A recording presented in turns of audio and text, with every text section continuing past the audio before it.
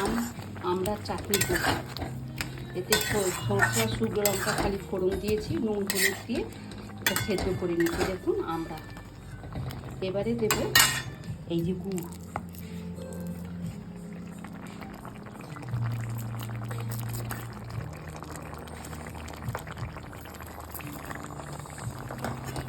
এই গুড় দিয়ে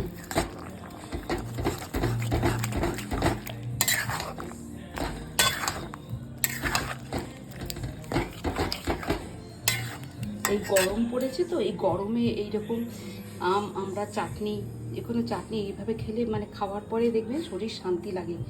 আর এই রোস্টেড গরম মশলা, এই রোস্টেড গরম মশলা এবার চাটনির ভিতরে ঢুকবে, এই আমরা ভিতরে।